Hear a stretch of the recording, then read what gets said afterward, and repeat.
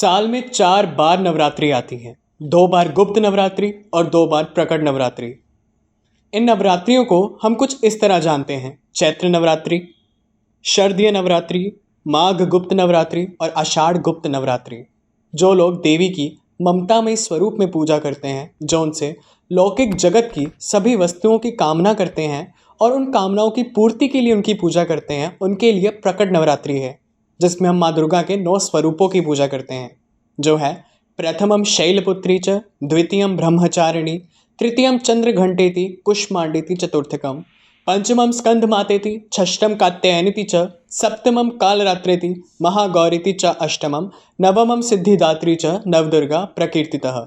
वहीं पर जो लोग देवी से लौकिक और परलौकिक जगत की सभी वस्तुओं की कामनाओं की पूर्ति के लिए पूजा करते हैं, वो लोग देवी की 10 महाविद्याओं को ध्याते हैं, यानी कि माँ दुर्गा के माँ आदि शक्ति के 10 तांत्रिक समूहों की पूजा करते हैं, जिन्हें हम देवी के प्रचंड तांत्रिक उग्र स्वरूप के रूप में मानते हैं, जिनके नाम हैं काली तारा महाविद्या षोडशी भुवनेश्वरी, भैरवी छिन्नमस्ता च, विद्या धूमावती तथा बगला सिद्ध विद्या च, मातंगी कमलात्मिका, एता विद्या महेशानी महाविद्या प्रकीर्तितः।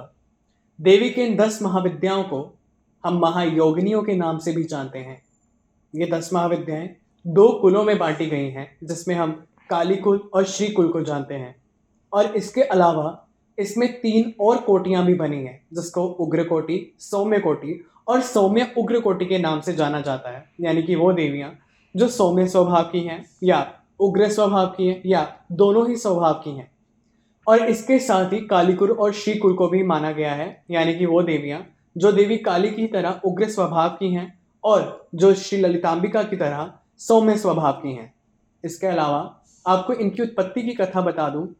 कहा जाता है कि जब देवी सती अपने पिता महाराज दक्ष, यानी जिन्हें हम प्रजापति के नाम से जानते हैं, उनके द्वारा यज्ञ का आयोजन किया गया था, परंतु उस यज्ञ में भगवान शिव के अलावा बाकी सबको बुलाया गया था, सबको आमंत्रण दिया गया था।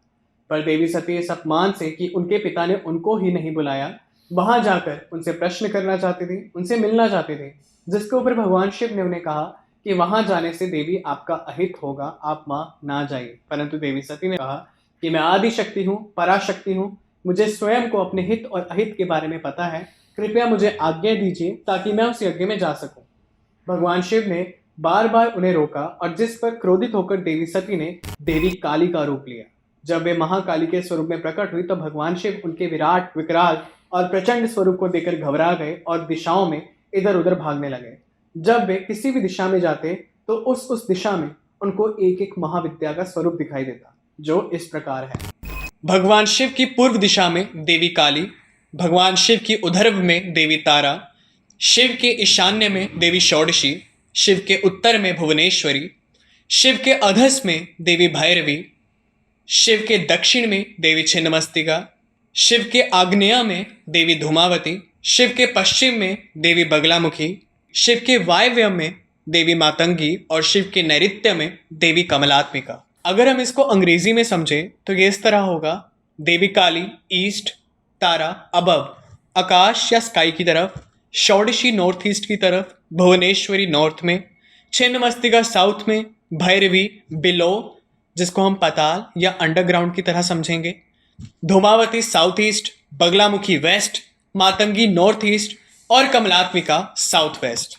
जिस तरह देवी ने अपने 10 स्वरूपों को प्रकट किया, उसी तरह भगवान शिव के भी 10 महारुद्र या 10 महाविद्वेष अवतारों को माना जाता है, जिनके बारे में हम आने वाली परिस्थितियों में समझेंगे।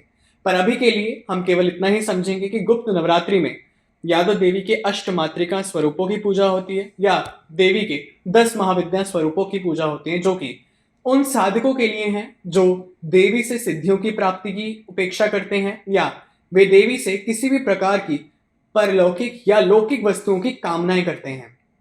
10 महाविद्याओं के साथ इनके 10 महाविष्णु अवतार भी जुड़े हुए हैं, 10 महागणाधिपति अवतार भी जुड़े हुए हैं। इनके साथ कौन कौन से ग्रह संबंधित हैं और कौन कौन से यंत्रों की पूजा होती है, इसके बारे में भी हम आने वाली प्रस्तुतियों में जानेंगे। हर महाविद्या के साथ एक महा अवतार विष्णु है, एक महा अवतार गणाधिपति है, एक ग्रह है जैसे शनि ग्रह हो गया इत्यादि, और इसके साथ 10 महायंत्र भी हैं जिनके बारे में हम आने वाली प्रस्तुतियों में जानेंगे। आज की प्रस्तुति में इतना ही। धन्यवाद।